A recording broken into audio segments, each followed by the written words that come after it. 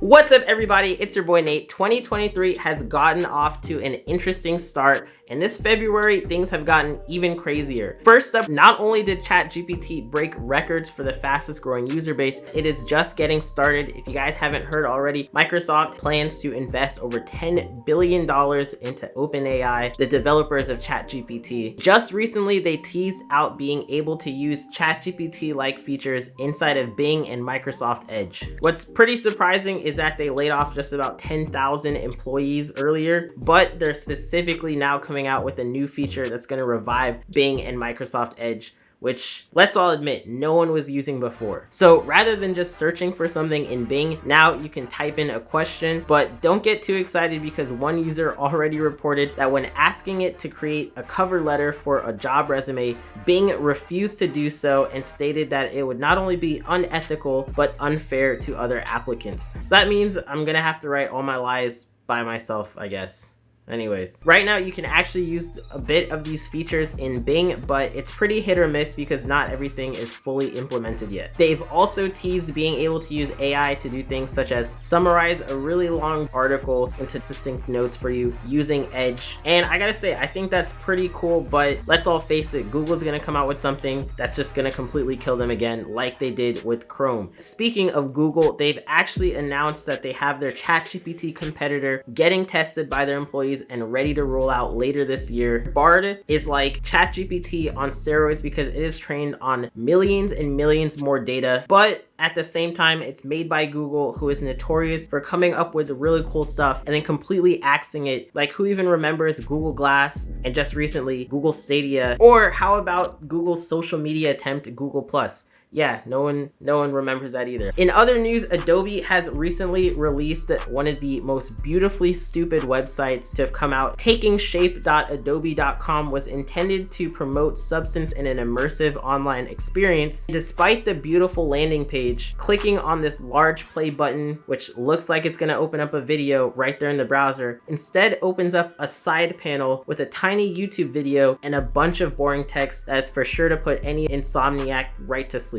I honestly don't know why they made something this extra and so stupid when it comes to web design. Intel has a trick of their own up their sleeve when it comes to the tech layoff wars. Rather than laying off their employees, they're going to be doing something completely revolutionary, reducing their wages. Mid-level employees can expect a 5% pay cut, while vice presidents can expect 10%, C-suite execs can expect 15%, and the highest pay cut of them all is going to be to the chief executive, Pat Gelsinger, who's going to get a whopping 25% pay cut. Now, this comes amid profit margins absolutely plummeting post-pandemic time as people are no longer forced to stay indoors 24/7, can actually do other things than beef up their PCs to play more Warzone. In an insane Hail Mary attempt to save the sinking Titanic that is Twitter, Elon Musk proposes a brilliant idea of more paid badges. So businesses that have a presence on Twitter are now getting emails asking for $1,000 a month to keep their gold status checkmark badge, which, guys, I'm honestly not making this up. This is freaking stupid. Dell recently joined in the tech layoff wars by putting up 6,650 of their own employees to face the axe. Now, this sounds like a lot of people, which follows the trend of tech layoffs, cutting costs post-pandemic. They're claiming that these layoffs are because of the global economic environment, though I honestly wouldn't be surprised if they laid off a bunch of people and then came out with AI tools like the next month. Oh wait, Microsoft already did that. And speaking of tech layoffs, Zoom is poised to lay off 1,300 employees, which may not be a lot compared to Microsoft's 10,000 or Google's numbers, but it is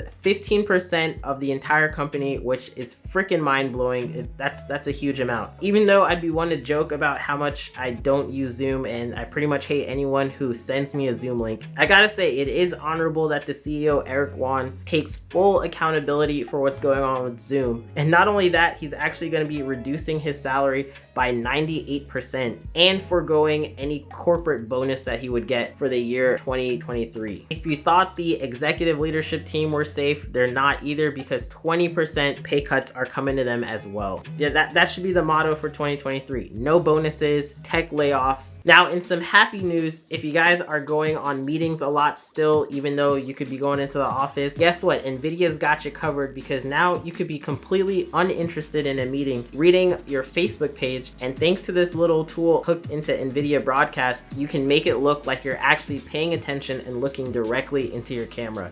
Huge kudos to NVIDIA for making this one, yet for some reason I can't get it to work for my second monitor. Like, it still looks like I'm looking to the side. Like, if you could just fix my face to look forward, that'd be perfect. Anyways, if this is your first time on the channel, I want you guys to go ahead, hit that subscribe button, ding that notification bell so you don't miss out on any of the super dope stuff that we got planned. We're gonna be talking about everything new and relevant in this rapidly changing digital media landscape. That is a fucking lame word. Anyways, thanks for watching. Hope to catch you in the next one. Peace.